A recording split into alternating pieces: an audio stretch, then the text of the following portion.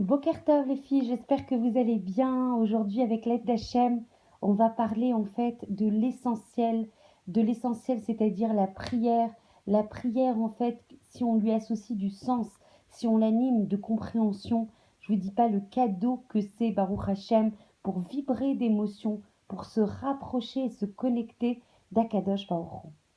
On va parler en fait d'une petite histoire, d'une petite allégorie qui va vous permettre de comprendre à quel point il est essentiel d'investir dans le sens de la prière pour avoir envie encore de prier, encore de mettre plus de concentration, encore plus de se lier à Kadosh Baruch Hu. Un jeune enfant, Nahon, ne va pas connaître forcément la différence entre un billet de 100 euros et un morceau de papier vert. Si on lui donne ce billet, il va peut-être le laisser tomber par la fenêtre, ou alors il va le découper en petits morceaux. Il ne va pas forcément comprendre ce qu'il a perdu. Alors pour apprécier une chose, il faut forcément investir dans la compréhension de sa nature et de sa valeur. Vous avez compris forcément le parallèle. Quand la prière, qui est le cadeau précieux sur lequel repose, un des piliers sur lequel repose le monde, si on arrivait à comprendre sa nature et sa valeur, mais on n'en raterait pas un seul mot, on insisterait, en fait, on se préparait de façon à investir en fait la prière avec le maximum de concentration, de sens, de joie, et on en ferait le maximum, même si on n'a pas le temps. Même si on est toujours en train de courir, on saurait à quel point ce cadeau est merveilleux et on l'investirait de toutes nos forces. Une personne qui va prier sans comprendre ce qu'elle dit, qu'est-ce qui va se passer?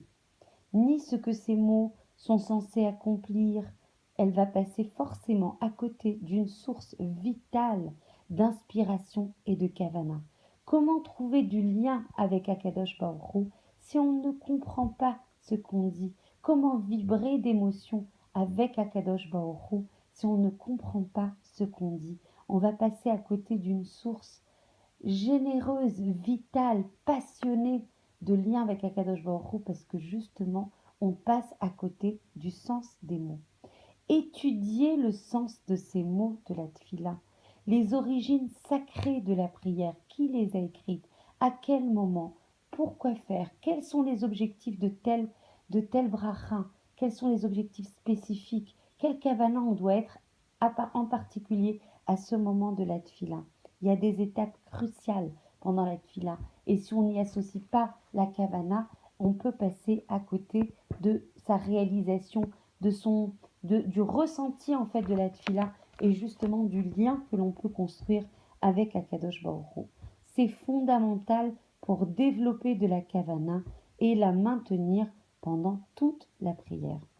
Il y avait un grand rave qui s'appelait le rave Abu Draham à Chalem, qui vivait en fait au XIVe siècle. Il reconnaissait que le fait de comprendre les mots de la prière était vital pour avoir des requêtes exaucées. La plupart des gens vont élever leur voix vers Akadosh Baruch Hu pendant la prière, mais quand ils s'y prennent en aveugle, comme s'ils étaient dans les ténèbres parce qu'ils ne comprennent pas un seul mot, comme ils ne comprennent pas un seul mot, c'est comparé à un aveugle qui tâtonne dans le milieu des ténèbres. Alors lorsque je vis que les portes de la tfila étaient fermées, j'ai décidé d'écrire un sefer qui explique la tfila. C'est fondamental de comprendre le sens de la tfila parce que sinon il y a un sikouï, il y a une probabilité pour que les tfilotes ne soient pas exaucées. Et le Chofot Alevavot va préciser, en ce qui concerne les tfilotes, il faut observer les mots, les lettres, la sainteté de ces lettres va nous purifier, va nous sanctifier, va nous rapprocher d'Akadosh Baruch Hu. Et les objectifs, et ça vient contrecarrer notamment des argumentaires de femmes qui disent ouais mais moi je prie sans pour autant investir dans le sidour, je prie parce que je suis en connexion avec Akadosh Baruch Hu. C'est extraordinaire ce que vous faites. Il faut continuer à parler avec Akadosh Baruch Hu et se mettre en lien et lui parler comme à un ami qui est juste à côté de nous et qui nous protège et qui veut notre bien.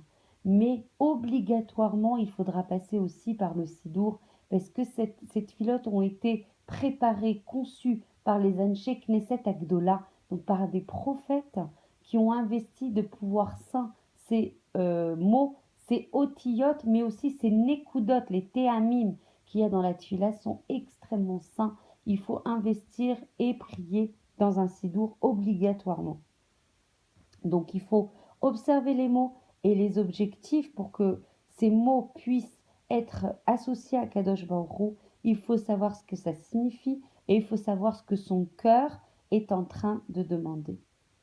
Et le Yosef Ometz affirme, il est évident que la responsabilité de comprendre la prière précède l'étude de tout autre sujet.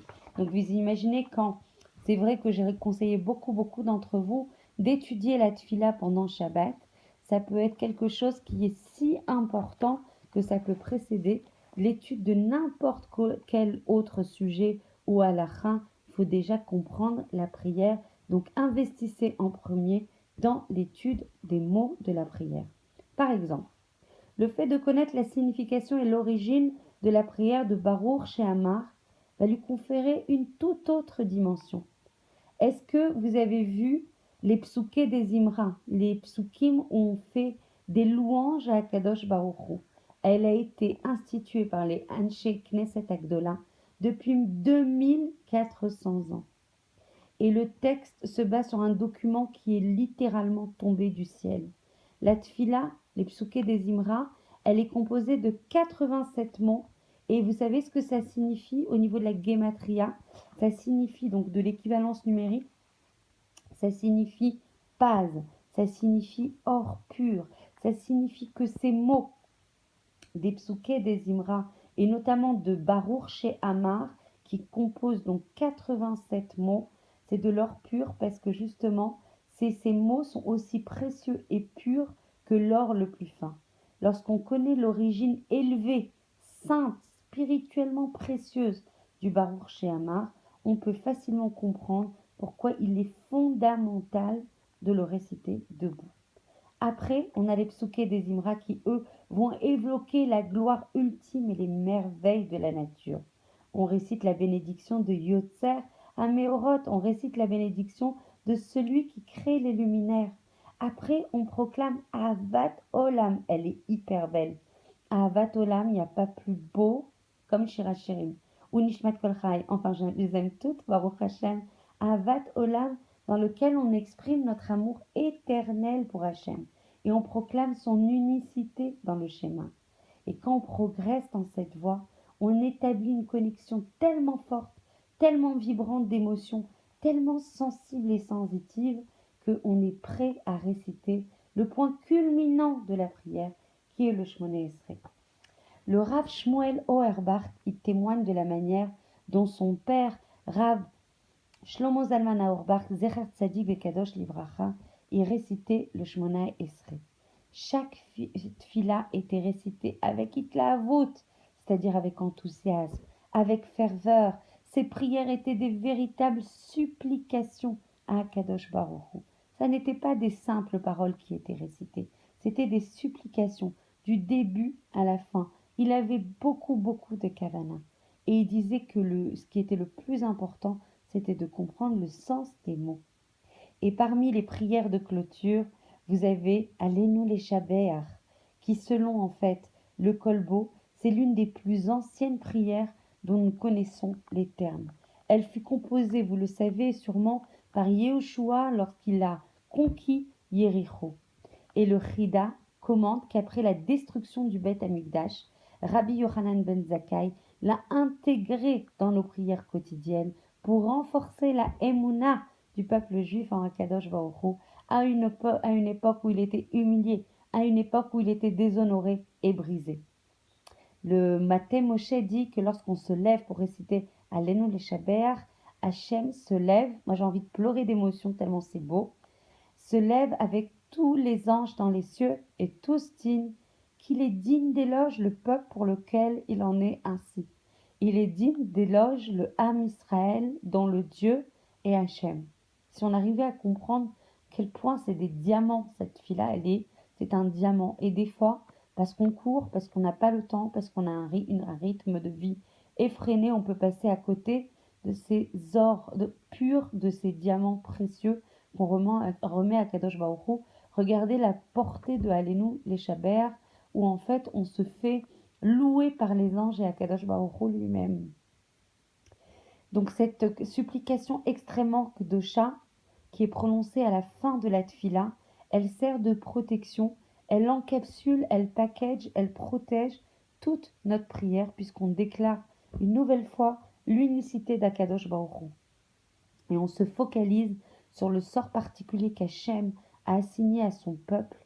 Allez nous prépare également une personne aux épreuves qui vont être les siennes, allez-nous pendant une journée ou une journée de travail. Ainsi, si jamais elle rencontre un non-juif qui prospère, elle n'envisagera pas de suivre sa voie. Donc voilà, j'espère vous avoir donné l'envie, Bezrat Hashem, d'investir paragraphe par paragraphe. Essayez d'investir en fait dans la compréhension du sens des tfilotes. Vous verrez à quel point entre nos mains résident des trésors précieux, résident les trésors de joie, résident des trésors de Emouna, quand justement on s'anime, de la compréhension de la prière.